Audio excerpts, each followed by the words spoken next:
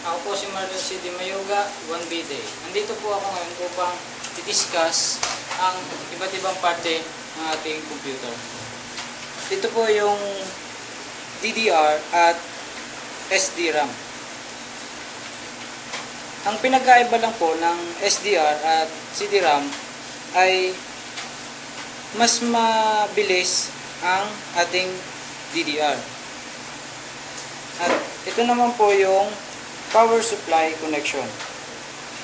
At dito natin isinasaksak ang power supply.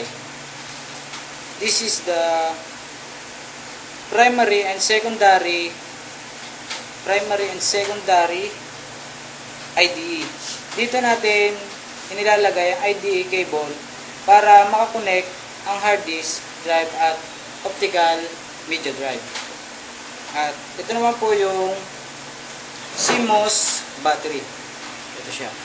CMOS battery. Ibig sabihin, CMOS battery ang nagpapanatili ng tamang oras ng ating computer at ang system configuration. At ito naman po yung ating PCI slot. Ito, PCI slot. Dito natin inilalagay ang mga ibang add-on card gaya ng internal modem at network interface card. At ito naman po yung PS2 port ng keyboard. At ito naman po yung PS2 port ng mouse. Ito po yung USB port. At ito naman po yung LAN connection. Connector.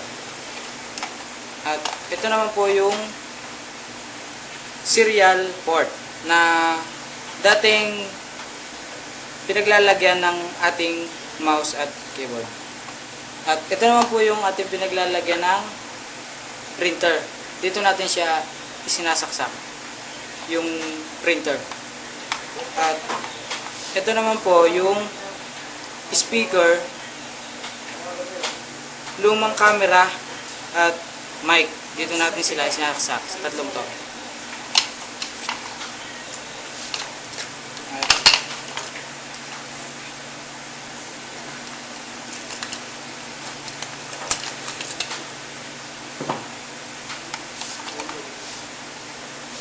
Ito naman po yung ating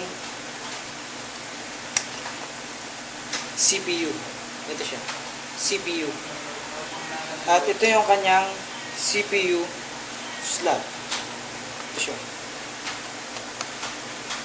At ito yung heatsink na nag-absorb ng init na nanggagaling sa ating CPU. Na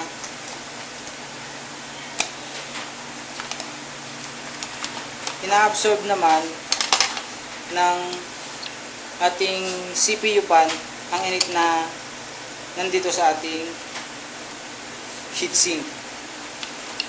At ito naman po, heatsink din ang tawag sa kanya ng video card. Ito siya. At ito naman po yung floppy disk drive. Dito natin nilalagay yung ating disket. Dito. At ito naman po yung ating power supply. Ito po siya, power supply. At ito po yung hard disk drive. Ito. At the 7 general parts of computer is speaker, monitor, system unit, keyboard, mouse, at AVR.